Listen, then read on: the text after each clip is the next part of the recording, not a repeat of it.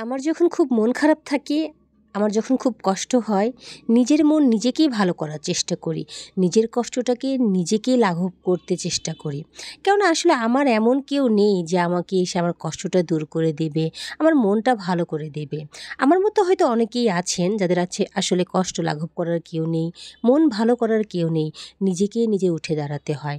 আমার চারপাশে অনেক মানুষ আছে, অনেক ব্যক্তিবর্গ আছেন যারা সবসময় প্রতিনিয়ত আমাকে ভালোবেসে যাচ্ছেন, কিন্তু ভালোবাসার আড়ালেও একটা স্বার্থপরতা লুকিয়ে থাকে।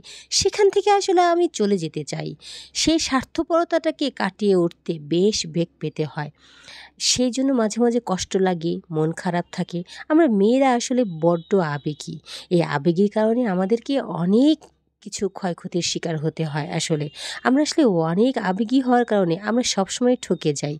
আমরা আসলে সবসময় একটা নির্ভরতার মানুষ চাই।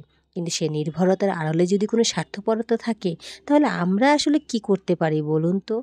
এইজন্য একা থাকার সিদ্ধান্ত নিয়েছি। একা থাকাটাও আবার অনেকের চোখে ভালো দেখছে না। ভাবছে যে কত কিছু এটা সেটা আরও কত কিছু। তাতে কি যায় আসে? আমি তো একাই আছি। আমি তো বেশ ভালো আছি। খাচ্ছি, দাচ্ছি, চাকরি করছি, সব কিছু করছি। প্রয়োজনে থাকবো দুজন। সে পর্যন্ত অপেক্ষায় থাকুন। Bye, by.